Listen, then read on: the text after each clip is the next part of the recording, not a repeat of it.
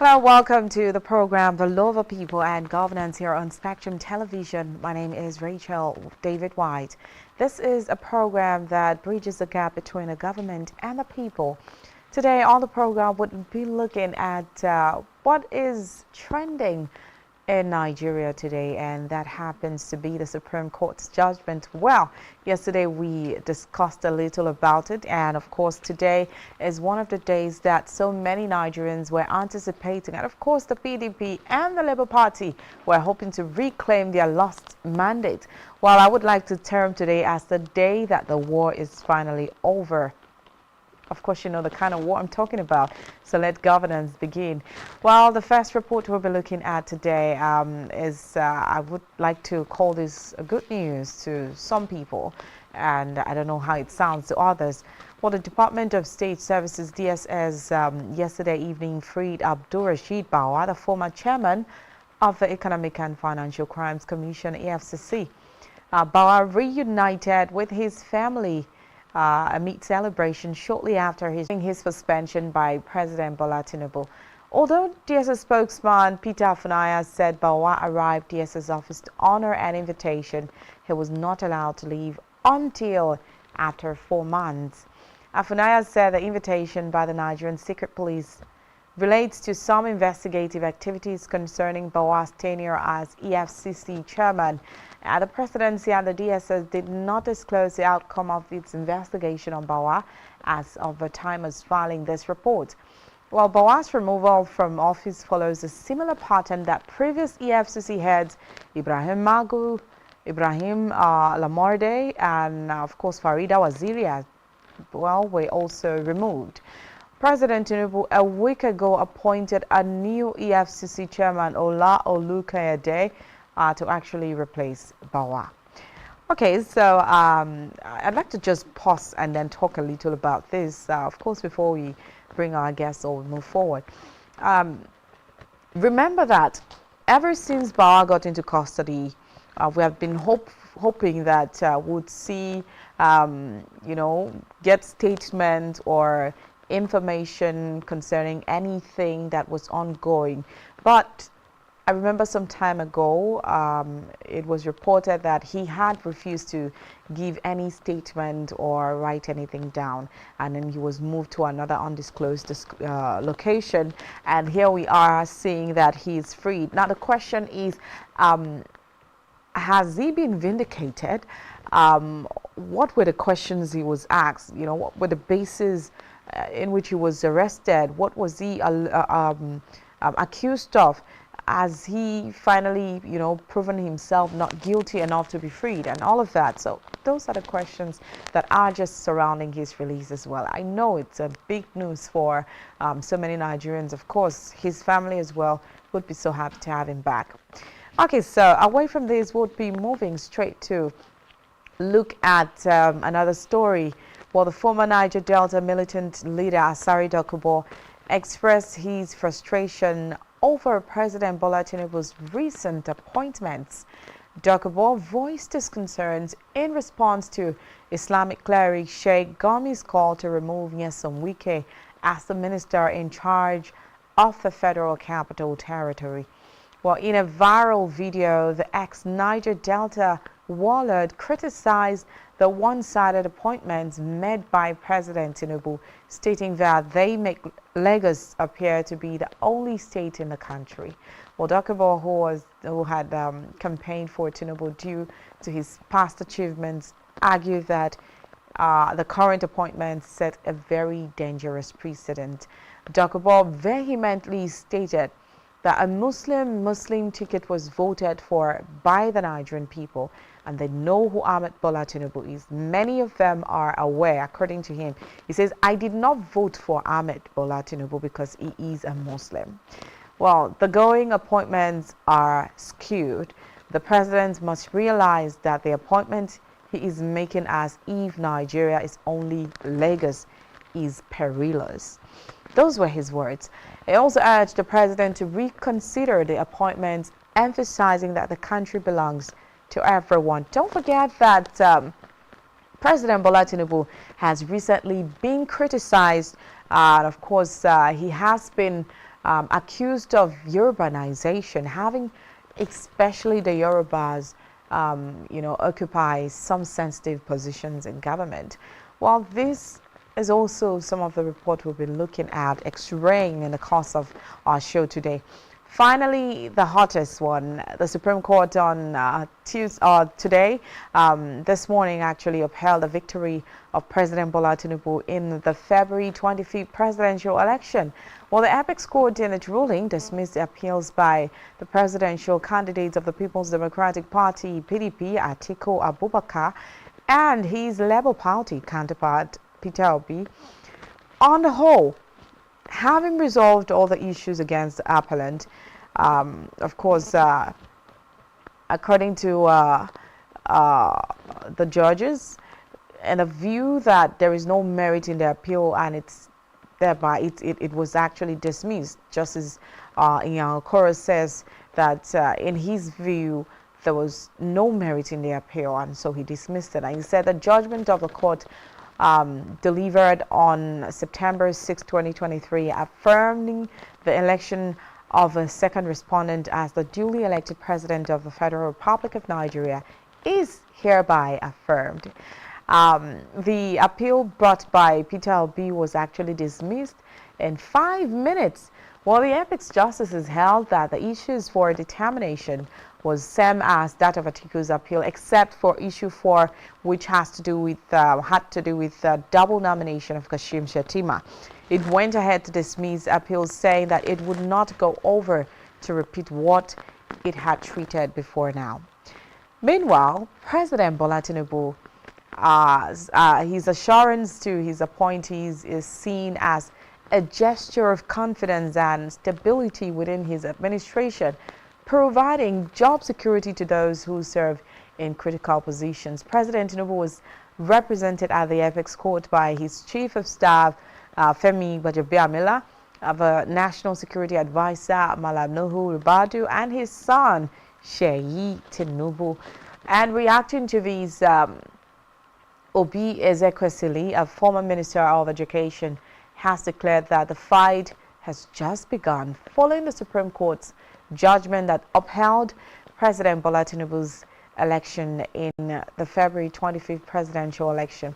He says the judgment followed appeals filed against Tinubu's election by Atiku and, of course, Obi as well. And remember that Atiku and Obi had actually approached the Apex Court to appeal the ruling of the Presidential Election Petition Tribunal, which dismissed the petitions against President Bola Tinubu, upholding his victory as the true winner of the 2023 presidential election. So you see why I say the war is finally over. I think I love to say this. Sometimes things in Nigeria looks a bit predictable. Yes, to some extent they may be a bit predictable because that's the truth, and to some extent they may be a bit predictable because that is wrong, and then it just keeps turning in circles because, like the election petition tribunal, of course everyone was anxious, to find out the outcome, what the tribunal is going to say about INEC's refusal to upload results in real time as promised, and all of that, the FCT number of votes to get from the FCT, and to be determine yourself, if you're truly going to elections or not, and all of that. So the anxiety was there, even though most Nigerians had predicted the outcome, which came to pass. Now the Supreme Court, I don't think I saw that anxiety in people this time. So many people were already saying, we know the outcome of the elections, this is what is going to happen, or the outcome of the Supreme Court's judgment, this is what is going to happen. But let's just keep our hopes alive. Well, I am not a lawyer, so today I'll be bringing our guest, though he's not a lawyer, but he is a socio-political analyst, to talk on this issue. So just keep watching. We'll go on a short break. When we come back, the show still continues, so just stay tuned.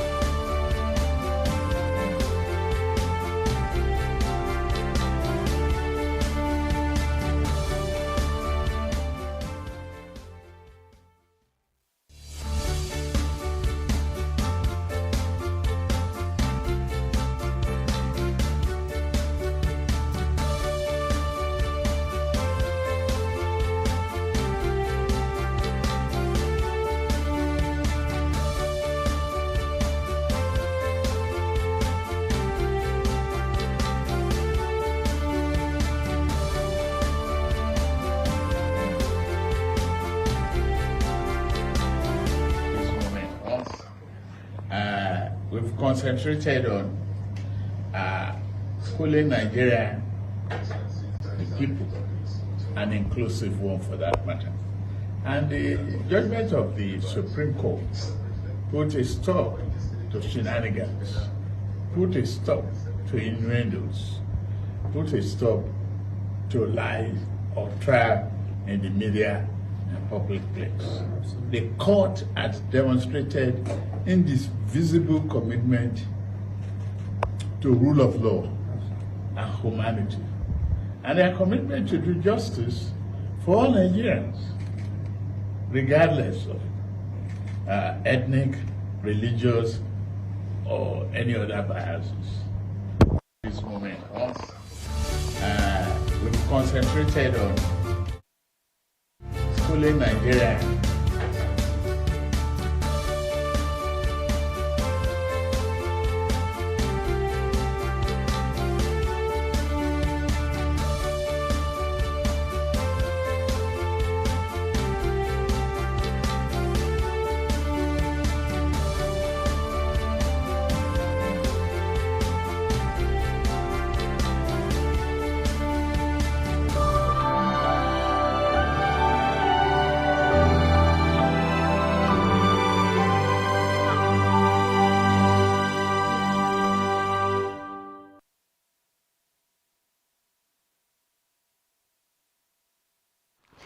All right, welcome back. It's still the program, The Law of the People and Governance here on Spectrum Television. And right now, we are already joined by our guest, a socio-political analyst in the person of Peter Paulinus. Welcome to the show. Thank you very much. Good evening, SpectrumTv. Good evening, Rachel. All right, thank you very much too. It's good to have you back here, at least to talk about one issue that we have always been, though, avoiding to talk about because it was in court, but now we have the full right to talk about it. It's out of court. Yeah. So I'd like to say that this is, saying ceasefire. With this is the end of the war, Operation Ceasefire. All shots are ended, and this is victory for President Bola Ahmed Tinubu. How do you feel? First of all, let me take you back. Were you anxious about the outcome of today's judgment? Well, for me, there was nothing like anxiety, and that's because I have an abiding faith in the judiciary system, and I have been of the view, and strongly so, that the judiciary is a stabilizer of democracy the world over. The judiciary is the blender of the politics and democracy. So as a result of that, I have always having this abiding faith that despite our emotions, despite our sentiments and biases, and despite the tensions, that we should always allow the judiciary to come in and blend and stabilize the politics and the democracy as it may. So for it to have happened that way is something that for me, I feel, wow, Nigeria is coming of age, that we have been able to settle our issues judicially without resorting to self-help. Is something that is worth commending, is something that is worth congratulating ourselves on, that as a country, we have not allowed our personal opinions or feelings to come in between the rule of law or the judiciary process. So to that extent, is a normal thing that should happen in any democracy. And for the fact that it has happened in Nigeria is something that is, for me, is been expected, that no matter what, the Supreme Court will come up with a position, and that they have done. So kudos to Nigeria and what have you. Okay, now I want you to know that it is very different for, of course, every match or every football match must have an end. Every movie must have an end. Anything that has a beginning has an end. So a date was supposed to be set, judgment was supposed to be delivered. Every race has a winner. So it was normal that the judiciary was going to give a verdict. The question is, do you think that this verdict that has been given is due? It is what it is supposed to be.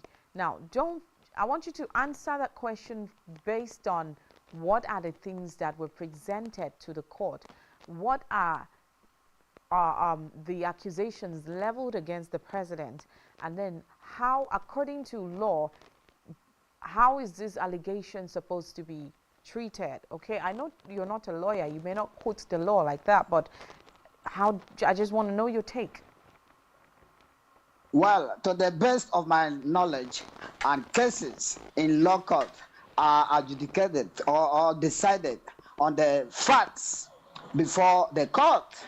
You don't expect the court to manufacture a fact to adjudicate on. I don't know if you understand my point.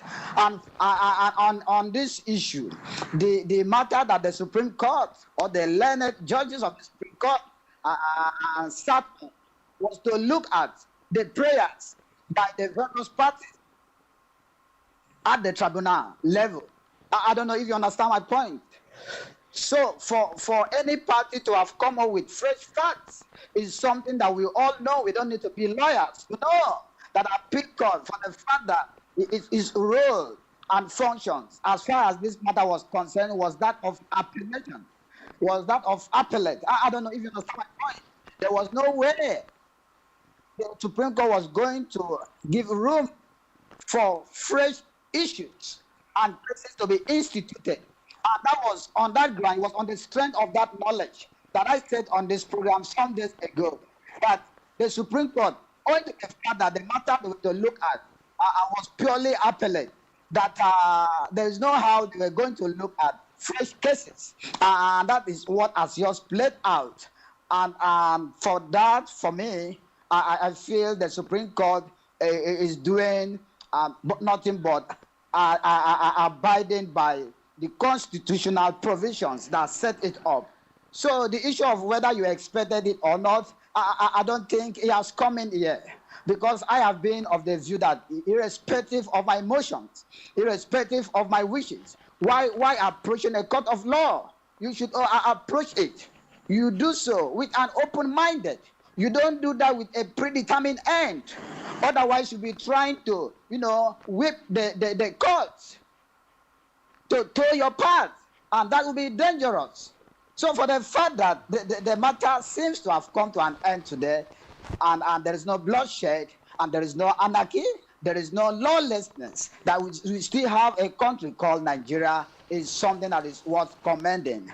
And listening to the speech by the president, one can see that the president is very much, magnanimity in victory.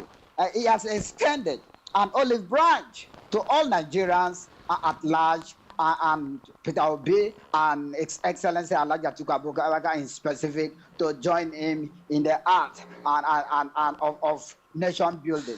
So, for me, once again, is something that we should commend the Nigerian system, because it proves that we have come of age where we will not take laws into our hands, where we are learning to respect our institutions. And this, for me, should not just be restricted and limited to the court, but we should also, while this attitude of respecting our institutions, of respecting the jurisdiction and powers and functions of institutions, it is by so doing that we will have a Nigeria of our dream, a Nigeria where law and order reigns, and not basically the sentiments and emotions of the people.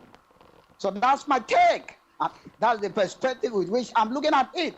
For me, it's a win-win that democracy has not been truncated. I don't know if you understand my point. For me, I look beyond individuals. I look at the system. I look at the fact that the Nigerian state have been able to go through such tensions, and it has come out, stronger than the way it was. That is the area I'm looking at. That is the aspect I'm looking at. And that is where I need to commend all Nigerians for their abiding faith in the judiciary process of the country. And I feel that is the way it should go. That is the way it should be. And of course, in every, just like You mentioned the issue of football match. It can only be a team that wins, and there's what they call sportsmanship. That you don't win today does not mean you cannot win some other time. We remember once upon a time when Alhaji Atiku Abubakar, His Excellency, was a vice president. He was always winning cases in law court, even against the federal government. We all remember when the then president wanted to remove him, and he approached the court, and the court said, look, Mr. President, you don't have the powers to unilaterally remove a vice president. And that was a court process. So the fact that he has not won today does not mean he has not been winning other time. And it does not also mean he will not win some other time. So for me, it's a win-win for all Nigerians. Okay, let me ask you this way. Now, let's say we saw something different play out at the Supreme Court. We saw another party being declared, probably the Labour Party or the PDP being declared as the winner of the 2023 polls. Now, what would you say about that? It will have still been a win-win. I said it earlier, that is beyond individuals. We are looking for the functionality of the Nigerian state. We are looking for the functionality of the country. And for that to happen, there must be functional institutions. So for me, I have this impartial, impartial perspective about how the whole thing should be. If it happens to be the other way around, then I will have congratulated whoever is the winner. Then I will also look at it and see it as a win-win for the Nigerian state, for the country. So it's far beyond individual. It has to do with having abiding faith in the system, in our institutions. And that's the way I feel it should be. Otherwise, there will be anarchy in the land. Otherwise, people will be encouraged to take to jungle justice. People will be encouraged or persuaded to resort to self-help. So we cannot do it that way than to have an abiding faith in our court processes. So it does not matter who it favors today. So far it is, absolved. So far it is resolved through the legally acknowledged channel, which in this case is the court of law. And of course, in this instance, is the Supreme Court that happens to be the final and the highest court of the land, whose decision and judgment and verdict has to be, complied with. And that is what I am expecting from all involved. Okay, thank you so much. Now, let me take you back to the elections proper, the pre-elections and even the elections, okay? We had some issues. I'm bringing INEC into the picture right now. And then INEC was accused of not being independent like they should. I mean, the parts they played, even when, the PDP and the LP prayed the court to allow or to ask INEC to allow them, visit the election sensitive materials and all of that. And INEC went as far as trying to stop that at the court.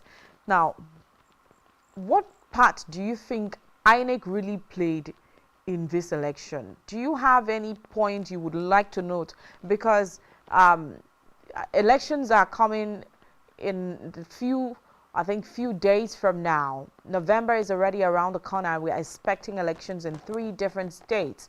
Now, what are those things you would love to point out and say, at this point, INEC never did well. This is the part they played in the elections, and they must not play this part again. Where the INEC seems to be speaking and advocating for candidates something I feel it shouldn't be. I expect INEC to be neutral and impartial in its dealing. I don't know if you understand my point. The role of INEC as an empire is to play, and provide a level playing ground for all aspirants and candidates without taking sides. But oftentimes that has not seemed to be the case. We have seen in the country a situation whereby INEC seems to be even more Catholic than the Pope, talking and defending certain aspirants and candidates. We have seen a situation where INEC seems to, adjudicate to itself the powers and the role of the court of law, which it shouldn't be. Therefore, going forward, I want a situation whereby INEC will be restrained. I want a situation whereby INEC will be seen as an umpire for all Nigerians, irrespective of political parties. Because that has not been seen, that has not been achieved. We have a situation whereby INEC seems to be yielding to any political party that is in power. And that is not good for our democracy. That is not good for our country. And I think the problem is not entirely INEC. I feel it's a Nigerian thing. I feel it's a problem of, our political culture. Because even looking at the very political parties themselves, they will be blaming INEC. But what are their recruitment processes? How transparent, how fair, how equitable are their processes are? So you look at it holistically. That is not just an INEC thing. That is a Nigerian problem. That there is something fundamentally wrong with our political culture. That as a country, we lack this culture of transparency. We lack this culture of sincerity. We lack this culture of equity. We seem to be unnecessarily, sentimental and biases. And this is what we bring into our national lives. This is what we bring into our national institutions. And these are the things that are playing out. Because the people at INEC, they are not from Jupiter. I don't know if you understand my point. They are not from the moon. They are all Nigerians. So what they displayed at that level is that is that political culture that is prevalent, that is common among us. So that would take us back to the issue of social real orientation. That would take us back to the issue of social real engineering. That would take us back to the issue of setting our perspective and values right, so that wherever we find ourselves, whether in the private sector or in the public sector, we should have this attitude of impartiality, where we allow the rules and regulations that are set up to govern certain institutions to play out. We should stop this mentality of having strong men and not strong institutions. I don't know if you understand my point. So there is this adage in our language that why talking and trying to rebuke the hawk? It is also your place to caution the chicks. I don't know if you understand my point. So it's not enough to point fingers at INEC, but we have every reason to look at ourselves as Nigerians. What has been our political culture? What has been our values? Because we see this in playing out, even from families, from churches, from religious organizations, everywhere you turn to. There seems to be a whole lot of lawlessness. There seems to be a whole lot of fiat. There seems to be a whole lot of this big man syndrome, where one person would dictate what happened to the entire organization without minding the rule or the laws that govern such organizations. So when we have that, then we can be rest assured that over time we have an INEC that will be neutral. We'll have an INEC that will be impartial. We'll have an INEC that will be equitable. But for now, it is far from that. And the whole thing boils down to our structure. Because he that pays the piper dictates the tune. The way these INEC officials have been appointed speaks volume. I don't know if you understand my point. A situation where there's so much power at the presidential level, so much power with the executive, especially when it has to do with finances. Now that so makes we have to look at our structures. Peter, that makes me ask a question. Because you look at what is happening in the state. Can you hear me? Okay, it seems you want to come in. Yes, that makes me want to ask this question. I mean, there is so much power, related to the executives, and of course, appointing people into sensitive offices, like we saw the president appoint the new EFCC chair. Now, tell me, if the president is, do you think that the EFCC chair will be able to, want to probe or investigate the president like he should? Don't you think that offices, I mean, the Constitution says otherwise, but don't you think it's time we see that these things, according to the constitutions that were set by, you know, our heroes way back, are no longer working for us, and we need to revisit them? For example, don't you think that talking about people that are heading INEC, Independent Electoral, you know, Commission, now they are supposed to be independent, not tilting to whoever is in power or whoever is going to favor them? Don't you think that sensitive offices, positions like that should be a position where, you know, candidates are being, or representatives are being voted in, maybe by Nigerians or maybe by a certain group of people that will act independently? Now, don't you think if this happens, it will now make them know that they were not appointed into that office by whoever? Tell me, it's very hard to see a father call his son to, you know, head his company, and the son wants to work, you know, in a way that will not favor the father. That there is a structural defect in our system, that there are certain clauses in our constitutions that we need to look at it once again with a view to amending them. Because like the instances you cited, it will be practically impossible in the recent for an EFCC chairman that is being appointed by the president to go against the president. So for me, I feel it is high time that certain institutions that are so critical to the survival of the Nigerian state, that should be allowed to be grown. For instance, the INEC you are talking about is a public service.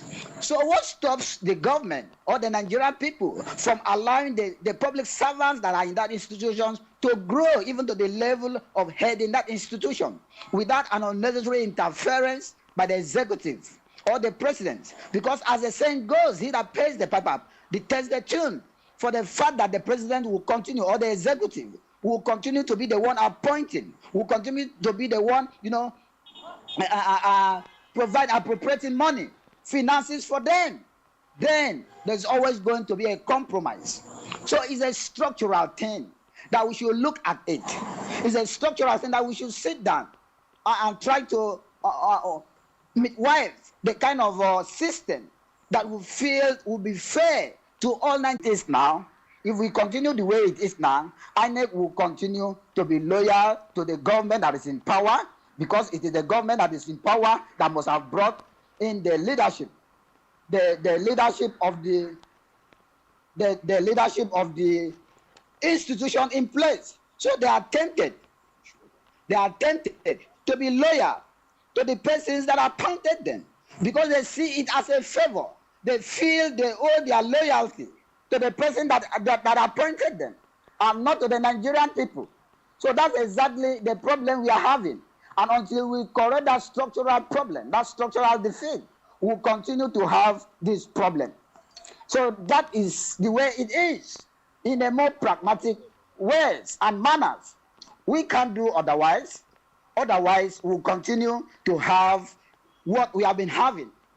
And by the time we continue to do the old thing the same old way, we cannot and we shouldn't, in all amount of fairness, to expect new things. I don't know if you understand my point. If we have been doing it the way we have been doing since 1960, and we have been having the kind of result we are having, if we want a change, then we need to change our approach. We need to change our attitude. We need to change our tactics. We need to change everything for us to have the desired change. And until that is done, we'll continue to have a compromise INEC. We'll continue to have, you know, an INEC that is not fair to all Nigerians. We'll continue to have an INEC that is yielded to the executive. We'll continue to have an INEC that is highly influenced by the executive and by the government that is in power, government of the day. So that is the problem of the country. That is what we have been facing.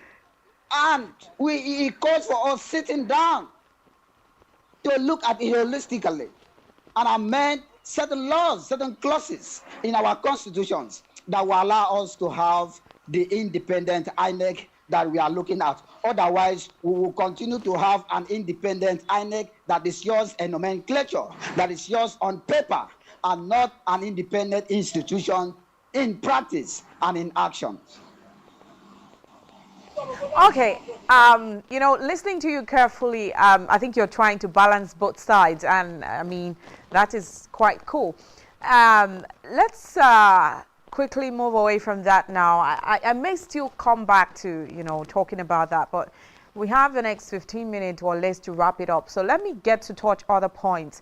Now, we've seen that last night the former suspended EFCC chair Abdul Rashid Bawa was released by the DSS. Now, we've also known that ever since he was taken into custody, we have not had any tangible information to take away from him.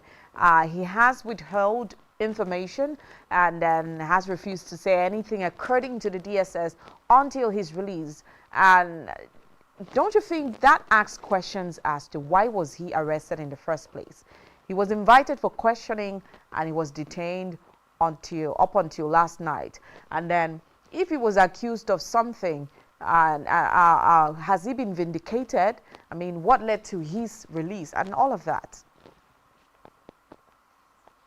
Questions I wanted asking you. I wanted asking, why was it arrested in the first place? And why was it released? It all boils down to what we have said so far.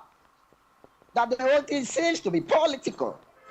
The whole thing seems to be interest playing out.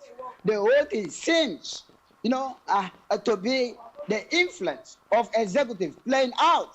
And until we have a way that we deliberately separate this important and critical institution from the caprices of the executive, then we will continue to have all this drama. Because for me, it's a drama. The question is, why was it arrested? Why was it released? It seems there is something fishy. I don't know if you understand my point. So that's the point. Okay, so so the whole thing is questionable. Okay, I'm happy. No, the whole thing is questionable. That's the truth of the matter. We must call a spade a spade. We must be objective in our assessment and assertion. Now, I think that question is yet to be answered. Well, you don't owe me the responsibility of answering that question, because I am sure you don't know it yourself. So I think it calls for concerns. Nigerians are concerned. If he was actually arrested, why was he arrested? Wow, if he has been freed, does that mean that, just like we saw the past EFCC chairs being suspended and then detained and then, released, what happened? Let's get to know what really happened. Now, let's quickly move away from that now and address another issue. Yesterday, the Senate had prayed or moved a motion. Well, that has not been made law yet, but they asked that the CBN governor and their deputies be, made to be solely independent. When I mean independent, not involve themselves in politics at all. So I just want to know your take on this, although we treated it yesterday as well. Well. There are certain things that politically they appear nice, they appear good, but in practice, you see them, happening to the contrary. Now, for me, it's not just enough for the distinguished senators to sit in the hallowed chamber and say certain people should be apolitical without a pragmatic approach. What do I mean? By putting in some enabling legislation that will remove them from the influence of the presidency.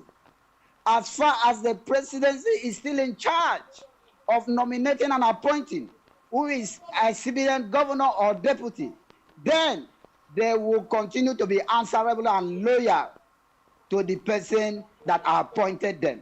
Because we cannot shy away from the fact that he that pays the piper dictates the tune. It can never happen the other way around.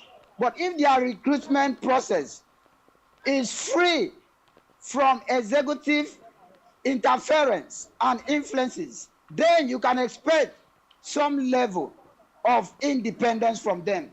And until that is done, it does not matter the insinuations in the hallowed chamber, it does not matter the name we call them, we will continue to have this independence as a nomenclature, but in the real process, they are still within the full influence of the executive. And that boils down to this issue of sincerity of purpose.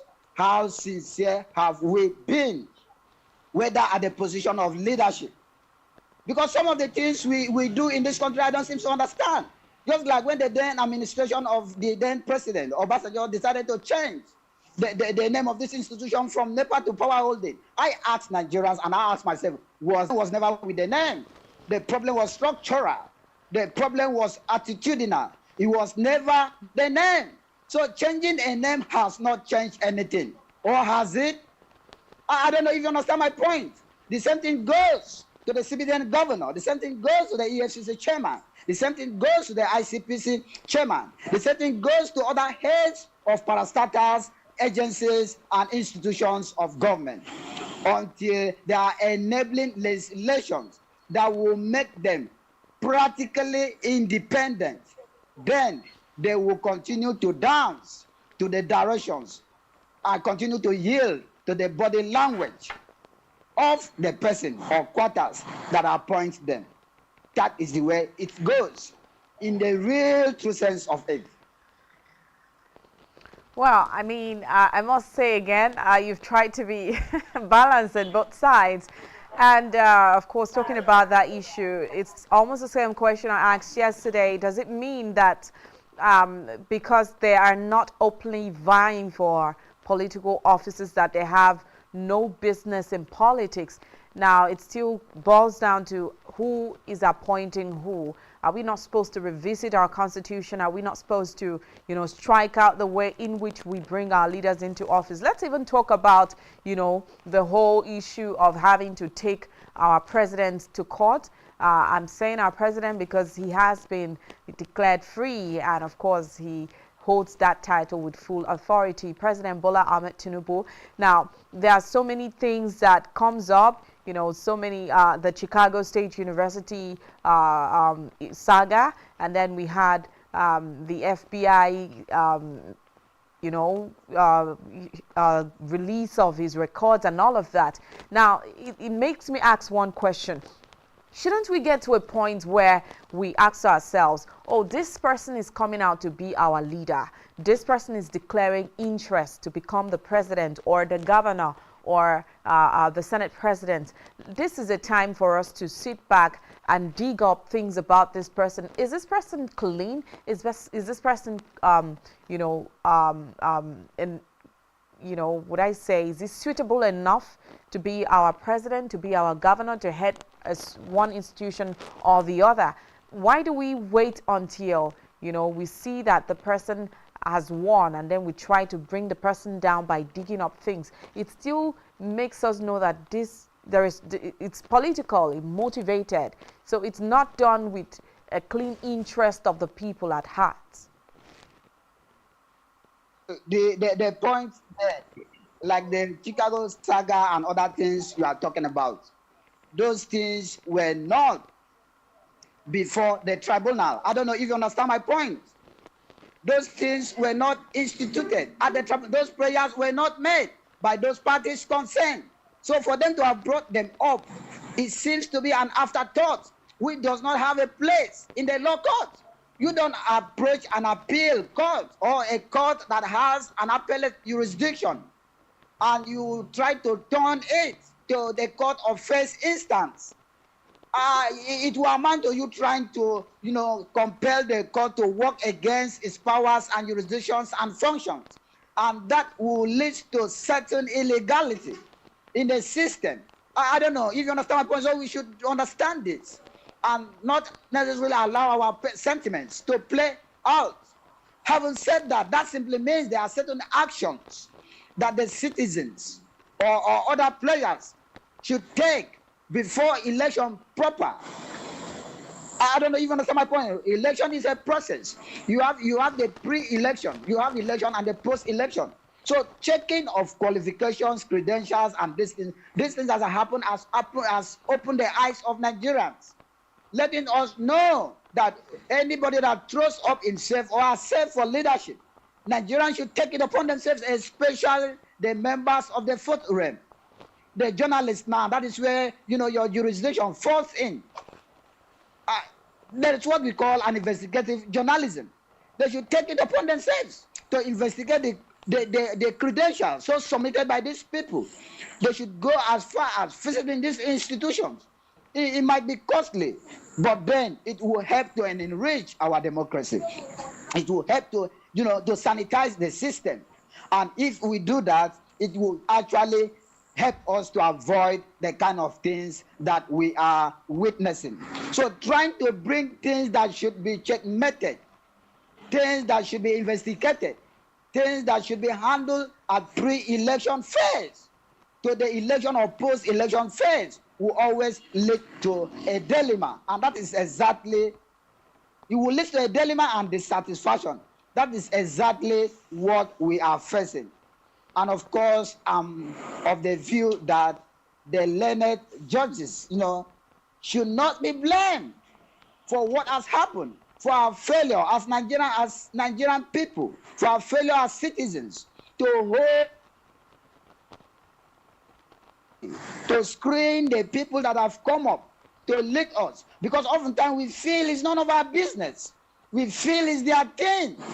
We feel it is a dirty game. We should allow it to dirty people. For God's sake, why do we expect it clean when certain people are calling it dirty? The people that are into it are dirty people. Then if we should expect a clean thing from the so-called dirty people and from the so-called dirty game, then we will not be fair and sincere to ourselves. So it calls for taking of responsibility.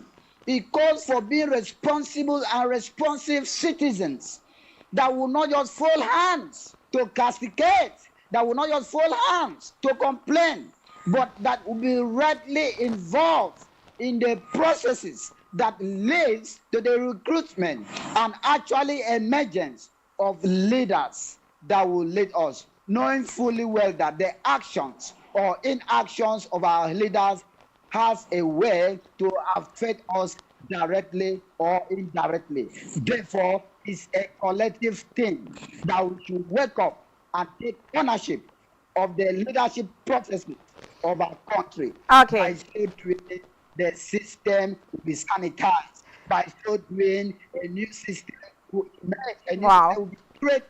A system that we can be all of. And until we do that, complaining, condemning will never be the way out. Okay. For you to stop melody, there must be a remedy.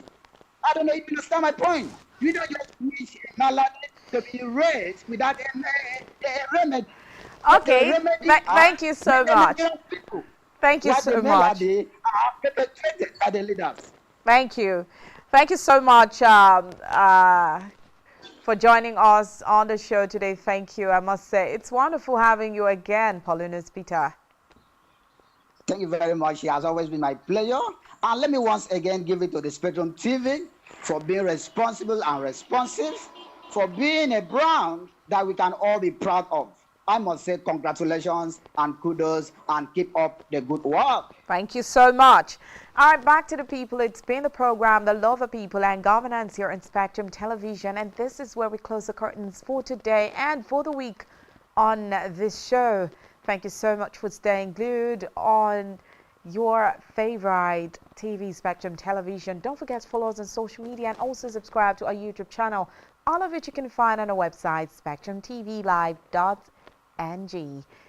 You can also follow me on Twitter at RACHWHYTE, Rach White, all as one word. Catch you again next week. My name is Rachel David White. Good evening.